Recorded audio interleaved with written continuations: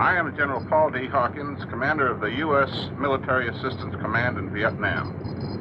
Here today, the U.S. Army, Navy, Air Force, and Marines are joined together in a common effort to help this country. Nowhere in the world today are we more aware of the inseparability of the problems of a people involved in fighting a war and building a nation than in Vietnam. For here is the rendezvous of all the historical forces in this century.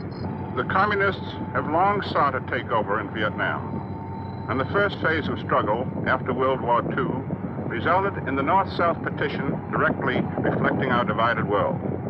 Now, this young nation, remaining on freedom's side, is engaged in a war which is as hidden and stealthy as it is relentless and exhausting. Responding to the request of the Republic of Vietnam, the United States has come to help, as we have helped and are helping all free people who seek to defend themselves from the communist scourge. The U.S. effort to our Vietnamese allies is a vast and comprehensive one. It involves political, economic, psychological, and military measures. All of the armed forces of the U.S. play a part. Because our efforts here are so comprehensive, the whole story cannot be told in 30 minutes. Today, our focus is on the U.S. Army Special Forces, one important part of our overall effort.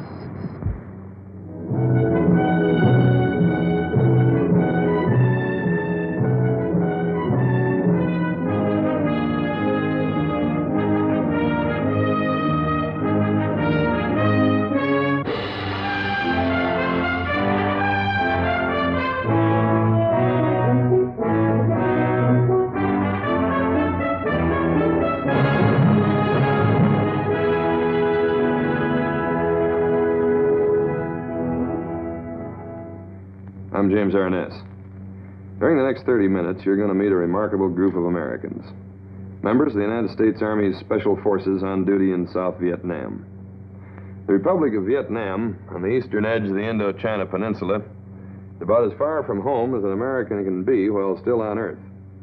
When it's 7 o'clock in the morning here in Saigon, it's 7 o'clock the previous night in New York City. Army Special Forces were sent to Vietnam because they're experts, specialists in training men to fight a special kind of war. It's a dirty war, fought without uniforms on a battlefield without boundaries. A war where the friendly farmer you pass in a rice paddy may become a murderous enemy the instant the sun goes down. Sunset is beautiful in South Vietnam, but then night comes. And at night in Vietnam, men die. The communist guerrilla lives off the people, by persuasion if possible, but if propaganda fails, by terror. Fear and propaganda have turned the isolated villages of Southeast Asia into a theater of war, a war which can only be won or lost by the villagers themselves. What Americans can do is combat fear by giving them guns and the training they need to defend themselves against terrorism. And we can reply to the propaganda by actions.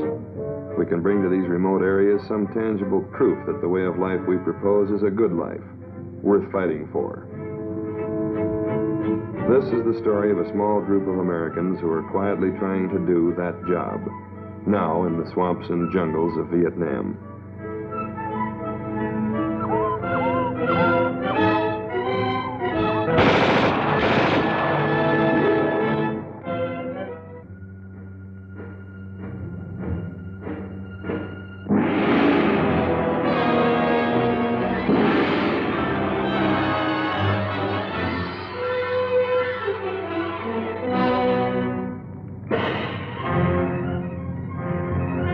Wars come in various sizes, wearing different labels. But one thing they all have in common: the innocent suffer. The guerrilla warfare being conducted against the Republic of Vietnam by the Vietnamese communists, the Viet Cong, isn't new. We saw it with minor variations in China, in Malaya, in Greece, in the Philippines, in Cuba, in Laos. It's a kind of war which recognizes no non-combatants. In Vietnam, the communist guerrillas promise progress, yet their favorite targets for assassination are school teachers, doctors, engineers, anyone trying to do today what they promise for tomorrow.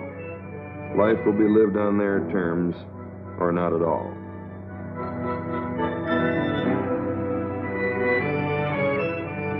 What happens to Vietnam will depend in the end on who wins the villages. And the government of the United States is determined that it won't be communist guerrillas.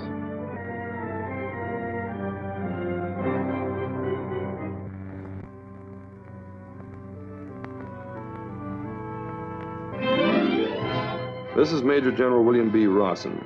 He was then a brigadier on a recent visit to a strategic village high in the mountains of central Vietnam. As Special Assistant to the Chief of Staff for Special Warfare, he has come to inspect the village defense system, established here by a 12-man Special Forces team, a handful of Americans who in a few short months have converted a remote, guerrilla-infested highland plateau into a major training center of anti-communist tribesmen.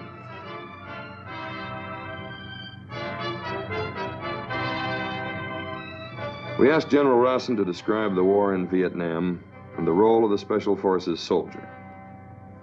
There are many terms which might be used to characterize the conflict now occurring in Vietnam. For the general public, the best known probably is guerrilla warfare. However we refer to it, there can be no question that armed insurgency on a large scale is taking place aimed at the destruction of a people's national independence. It is the policy of the United States government to advise and assist the people of the Republic of Vietnam in their struggle to defeat the communist insurgency which strives to eradicate their freedom. The American soldiers you will see in this film are part of our assistance effort. As members of the U.S. Army's Special Forces, they are among the most highly trained military personnel the world has known. Each of them has been trained in a variety of skills which in more conventional organizations would be distributed among 2 or more individuals. These soldiers possess the capability of going to remote, primitive regions of the world to live with the people, eat their food or share their lack of it, learn their language, their customs and taboos, and win their confidence and respect. The future of such areas as Southeast Asia ultimately may be determined by events taking place in remote jungle villages which appear on no maps, by acts of violence occurring only under the cover of darkness, by wars which can be won or lost before the world is aware that a war has even begun. This film documents a small part of what the armed forces, and particularly your Army, is doing to assure that such conflicts, wherever they may be forced upon us, can be resisted successfully by ourselves and our allies.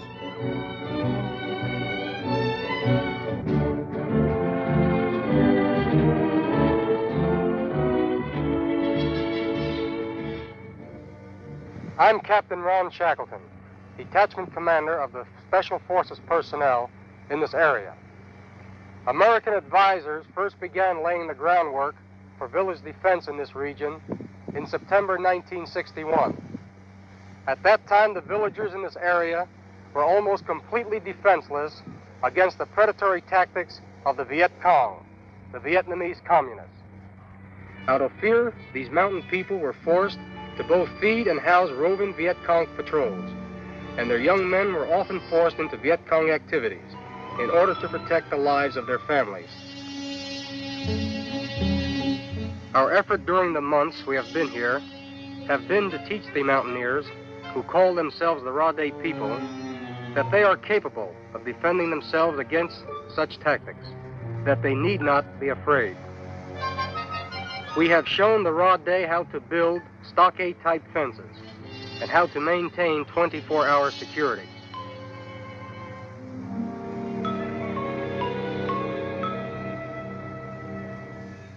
This is Master Sergeant John Slover, who has just returned from observing a patrol. Through an interpreter, he will comment on his observations. Do we tell the patrol that they did a very good job today? There's just one point I want to stress. Some carry their weapon down like this.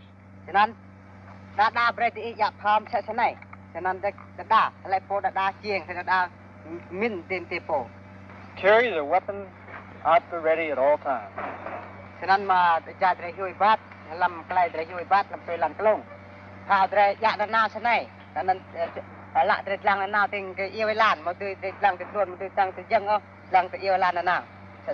Where their eyes are, so is the muzzle of their weapon.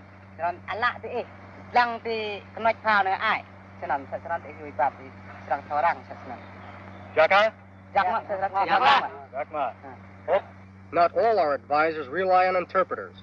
Here we see Sergeant Bill Belch instructing the carbine in fluent Vietnamese. Đây là khẩu súng carabine là K30. Trước khi Hảo lắp và tháo khẩu súng này, tôi sẽ nói qua về những tính cách của khẩu súng này. Muốn bắn chết một tên quân địch, cách các anh có lẽ chừng 300 thước thì được với khẩu súng này, nhưng xa hơn thì chắc là không được.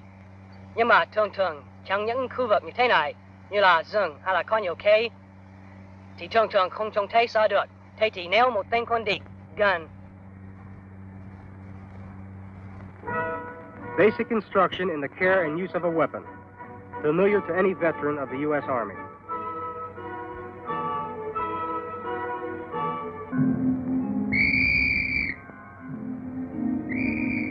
In this class, one of our raw day instructors is teaching his men a technique in search and seizure for arresting Viet Cong agents.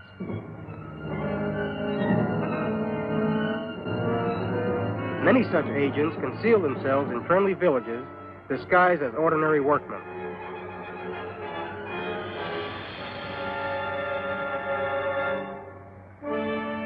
These men are from surrounding villages.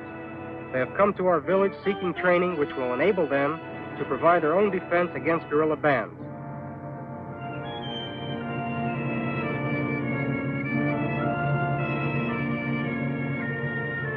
It is not unusual to see 200 or more of these people each week.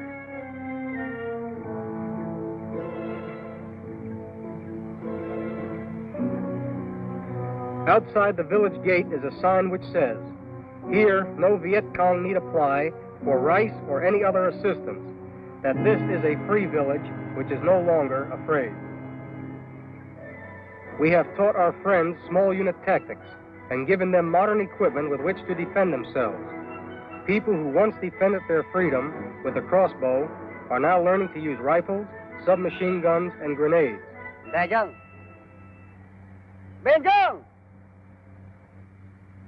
Ma patangan. Ma. And up, now. Hey, back. Stop, stop, stop, stop, stop, stop, stop, stop, stop, stop, stop, stop, stop, stop, stop. Today, these Rade people, who are in some ways very primitive by American standards, are among the best anti-guerrilla fighters in Southeast Asia. As our program expands, new Special Forces teams are moving into other villages, always with the same goal, to teach people who value their independence how to preserve it. Okay, Odie, your boys got all your equipment. You're all set to go just about now, aren't you? Just about. Okay, fine. Well, you know that we're going to have trouble to the south. When we first set the circle up here, VC didn't know what we were doing. It took them about a month to really figure out just what we're about to do there. So when we move to the south, they already know just about what we're going to do. And once we start building up the same defensive systems we had up here, they're going to try and hit us as soon as we start. So we're going to have to watch that. Well, Odie, for the past couple of weeks, you and your team have been here observing my team work with the Rade people in village defense. You've been exposed to some of our training problems, our logistical problems, and some of the problems that arise from working through interpreters. If there are any questions that you or your team have at this time, or any other way that we can help you, please feel free to ask. Thank you, Ron. The last 2 weeks have been very beneficial as far as our team is concerned. We've learned a lot as what you mentioned, the interrogation and so forth, and the training with Irade, working through interpreters. One point that you can help us with, though, is on this field headquarters deal you've got set up. Where we're going, we'll probably be working decentralized training rather than centralized, and the results you have may help us down there. But when we go to the other area, I'm afraid that we're going to have a few more problems down there that we don't have here. For example, a different tribe, and plus we're working with two different types of group of people, the Dips and the Merrill tribe. And we can take what you have given us here and then modify it to meet the situation down there. As far as equipment-wise, I think we pretty well got everything you had. How about lesson plans and training schedules there? We're okay on that, but we'll probably have to make some changes as our situation goes along. Okay, Van, how about the commo situation? It's pretty well in hand? Well, we'll try the same system they're using here. If that don't work, we'll change it. The villages of Southeast Asia were old in the days of Julius Caesar. Throughout their long history, they have been regularly conquered, oppressed, liberated, and invaded again. In the best of times, lives here are neither long nor easy. Maybe it's not surprising that the villagers of Vietnam have simple ideas about what makes a friend. Friends are people who help. Medics of a rather special kind are part of a special forces team to care for their own men. But in isolated, often disease-ridden hamlets where no doctor has ever gone, a special forces medic with his extensive specialized training may be the only contact with modern medicine the people will ever have. Okay. I'll give you this slip here. Write down the medicine and you can pick it up.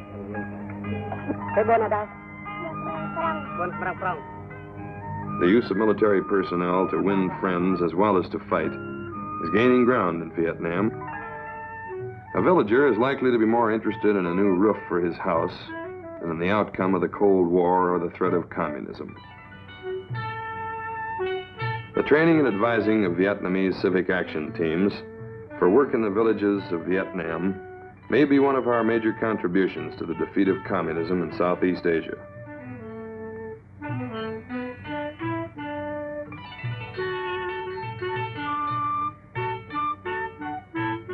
But if good works are an answer to communist propaganda, they're not enough to repel the guerrilla terrorism which invariably follows when propaganda fails. This is the village of Hoc Thien, near the coast of the South China Sea. By refusing food and volunteers to Viet Minh guerrillas, these villagers subject themselves to 250 guerrilla attacks in 5 years. That's an average of one a week. They're about to show an American visitor how they survived. A typical alert, which here is more often real than practice.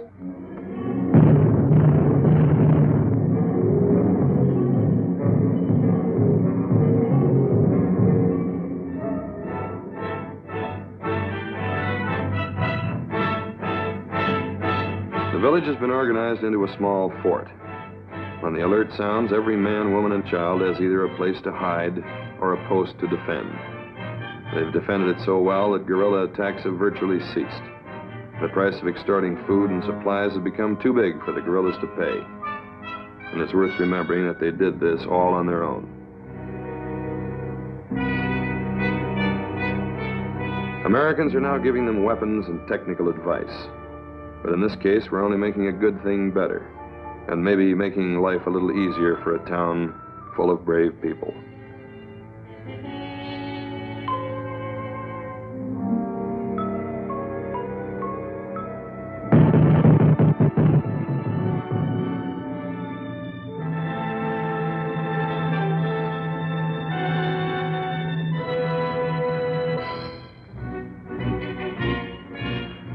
All the bravery in the world won't win a war from behind a stockade fence.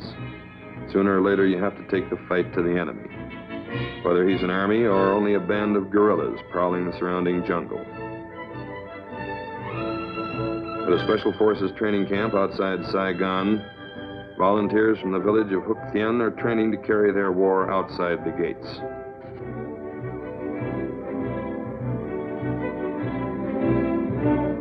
These training missions can be interesting. The jungle is never safe. And when you practice searching for guerrillas hiding in jungle villages, you're always liable to find some.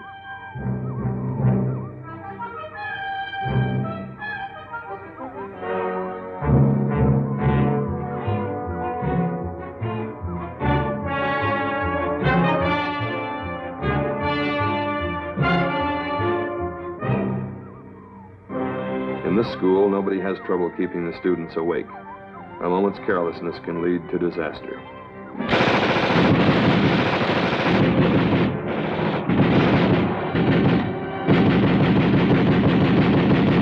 You don't cross a clearing, pass a temple, or walk through a cemetery without making sure.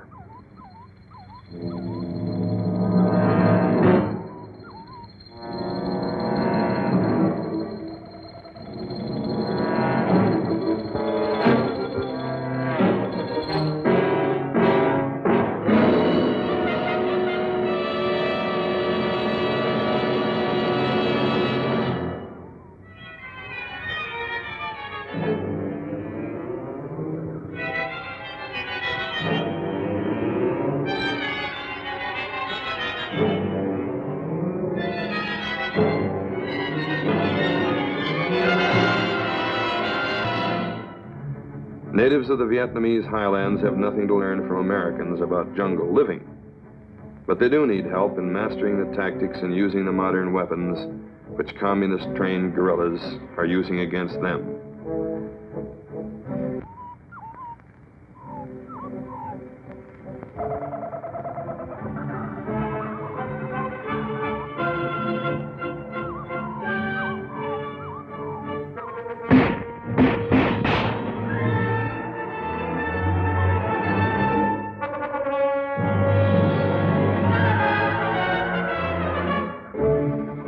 Like mountain people everywhere, they are natural soldiers who learn fast.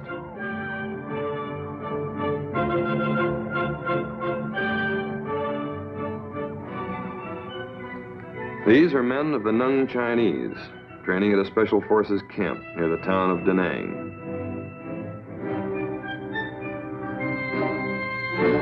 They're already some of the most experienced anti-guerrilla fighters in Southeast Asia.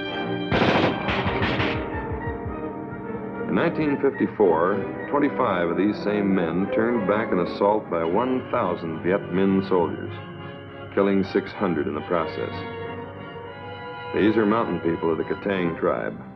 They and their U.S. instructors are drawing rations of dried shrimp and rice for a week-long jungle patrol. A joint training exercise with soldiers of the regular Vietnamese Army. It will have the added practical advantage of making life difficult for a battalion of Viet Cong guerrillas who happen to be using the same jungle. The main problem in taking the fight to the guerrillas in Vietnam or anywhere else in Southeast Asia is terrain. Ordinary means of travel are too slow to counter the hit-and-run tactics of communist guerrillas. One answer to that problem is the helicopter.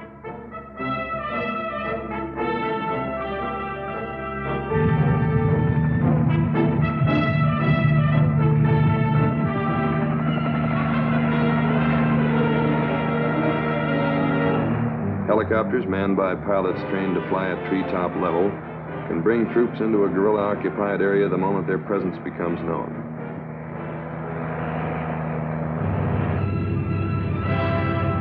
The helicopter also increases the staying power of the anti-guerrilla patrols. With fresh supplies of food and medicine available in the heart of the jungle itself, patrols like these can cover a lot of territory, stay until they find what they came for.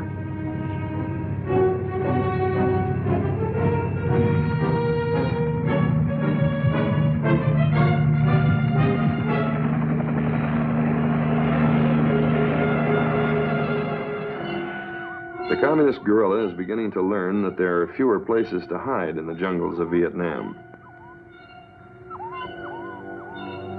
Some of the Viet Cong guerrillas are hardcore communists, prepared to die for a cause in which, unfortunately, they sincerely believe.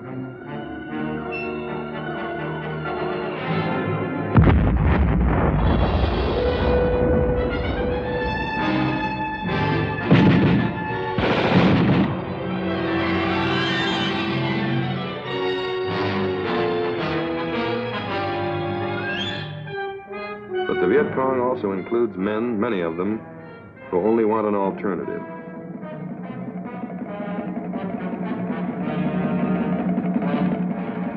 Men like this young Rade tribesman, who a few days ago deserted the guerrillas and came to a Special Forces team seeking protection. His name is Trung, 22 years old. How long has he been with the VC? Damlan e dok hong Viet Minh. He has been with the VC 2 months since January. Why did he join the VC? Singak klay na dok Viet Minh.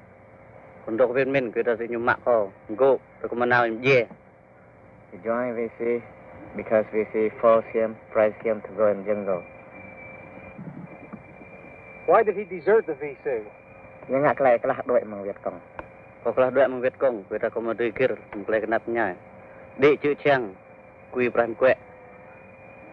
He deserted VC because he does not like the life of VC.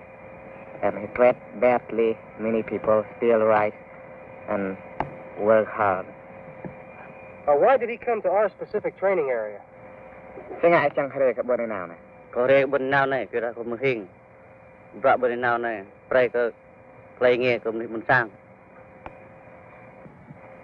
He come here because he know that program in Buenos now is for Rade people and for Rade benefit, and he want to work here to help Rade people to have better life.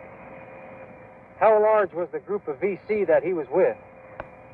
Dam Châu Pong Viet Minh bet hong 40 people with him. It will be a long while in Vietnam before any swords are beaten into plowshares. But the time will come. What the people want is peace. Peace and a chance for a better life.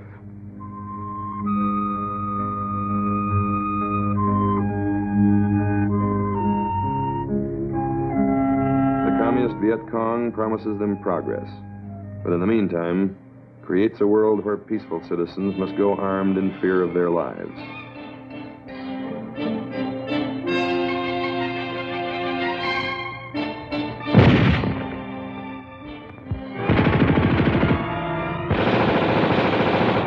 What the Viet Cong guerrilla really wants is power.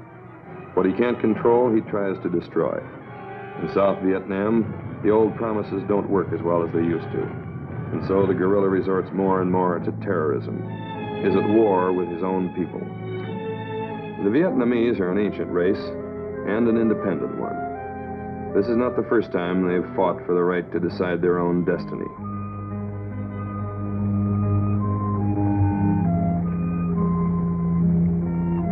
For 2,000 years, they've defended that right against all the emperors of China, against the cavalry of Kublai Khan, against modern armies using machine guns and airplanes. Given time, they will send today's would-be oppressors to join the others in defeat. Our purpose in Vietnam is to give them that time.